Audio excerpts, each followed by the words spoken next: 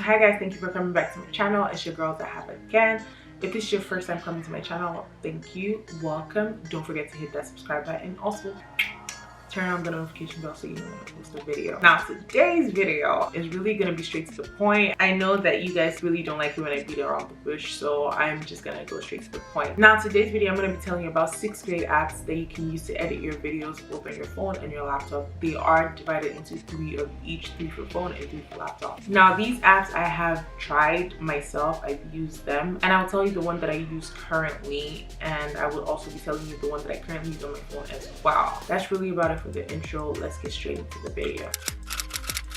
So the first app is a laptop or PC app, and it is called Filmora. Now I did try Filmora when they were doing some sort of promotion. I don't remember, I just know that there was a campaign going on. I saw a promotion about them and I downloaded the app and I tried the app. At the time I was using a different app which I would list as the video goes along, but at the time I tried Filmora I just couldn't navigate it because I was used to a different software, I was used to a different interface, so it was kind of hard for me to navigate. It was simpler, however it was just harder for me because I was already used to something, you know. At the time I didn't realize that I would have rather just continued, you know, developing my skills in the video editing software that I was using at the time. But what do I like about Filmora? I know that they have a number of transitions, as well as the interface is not too simple, but it's easy to navigate in general. It's not like, it's a pretty simple self-explanatory app. It's something you can use as an entry-level video editor. So I feel like the app is just good in general. Like, it's great. All right, cool. The second app I'm going to be talking about, and this one is very popular amongst YouTubers,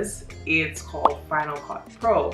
Now this app retails for about 329 Canadian dollars. You would have to purchase it to be able to get like the full feature, but I do believe that if you've never used them before, you are able to get a 1-month free trial.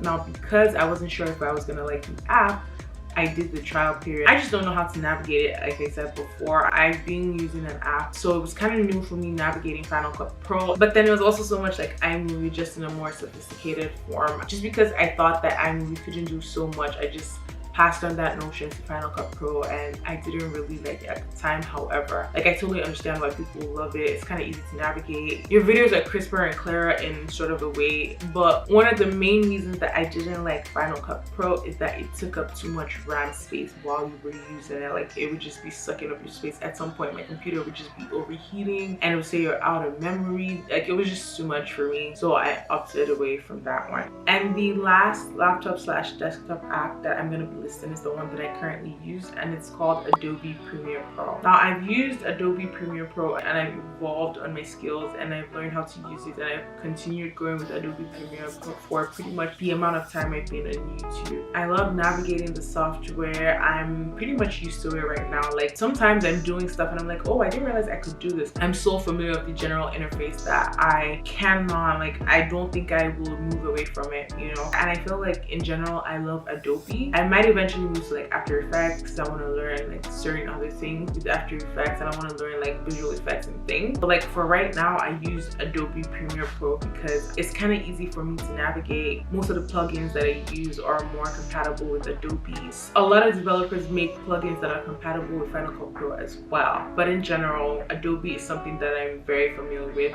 Adobe is a monthly subscription. It's not a one-off payment. You continuously pay month to month. Now I have a whole Creative Cloud package, and I may have a student package, may or may not have a student package. So if you're a student, I know that you do get a discount, and like, if you're unable to pay or something, I believe they were doing something during this COVID where you could call them that you wanted to cancel and then they would give you 2 months for free. So yeah, take advantage of that if you want to, you know, because we're still in COVID technically, so yeah. And that's about it for the PC or laptop softwares that I use for video editing. In general, I don't edit videos with my phone, but if I have to, the 3 softwares that I would use are...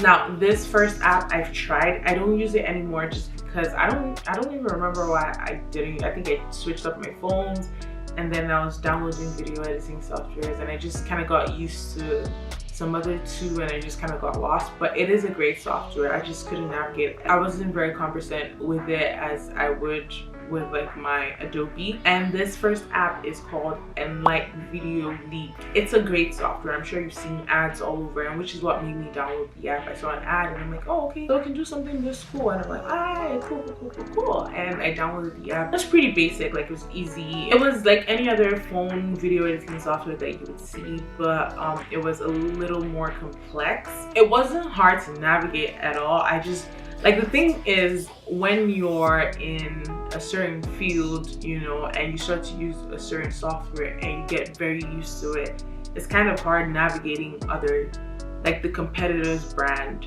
you know, is harder. It just feels weird because competitors always try to do things differently because they're not trying to look like they're mimicking their counterpart softwares or interfaces. So it's kind of harder for the consumers to navigate. However, it doesn't mean it's hard, it just means you need time to get used to it. That's the first app that I use, which is Enlight Video Leak. Now the second app that I use is called InShot. Now this one is one that I find that I started to use a lot as well. I like it. When I can't use the third one I'm about to mention, I use this one a lot more. I always switch between both of them. I don't really know why, but I find that I switch between both of them a lot. I feel like I use InShot a little more because at the time I downloaded InShot, Instagram didn't have that square thing where you could fit anything into the frame, so I would just use InShot and then I'll square the video and I'll just post it on there. Now the third video editing app that I use on my phone is called Splay. Pretty simple, pretty basic. I feel like it's the most basic app that I've ever encountered, and it's so easy to navigate. Like, it's the simplest to navigate that you would ever come across. I use this a lot more right now because it's, like I said, it's pretty simple, it's pretty easy. I generally don't like editing videos on my phone, so even if I have to, I don't want to have a headache while filming it, so I use Splice for that. And that's really about all I have to say for this video. I told you guys it was going to be really short. Kind of wanted to let you guys know what apps I use to edit my videos so you guys can just really know, because I get a lot of questions about how I edit my pictures and a few questions about how I edit my videos, because my videos have started to evolve and they've started to look better, and that's because I'm actually putting a lot more effort into like learning and navigating the system. You know, like the more you edit videos, the more enjoyable it becomes. I love the editing part of the process. I just don't like filtering through footage, and that takes more of my time because I don't like to do it. Like this video, I know it's gonna take me a long time because, you know, I've just been rambling and you guys are not gonna see a lot of the rambling, but you know what, that's what we suffer just to post a video. Anyway, if you enjoyed this video, don't forget to give it a thumbs up down below. Click the like button if you don't understand what give it a thumbs up means. Subscribe, and don't forget to turn on the notification bell. Also, comment down below which of these apps that you'll be trying and which of them you've tried. Thank you, and see you in my next video.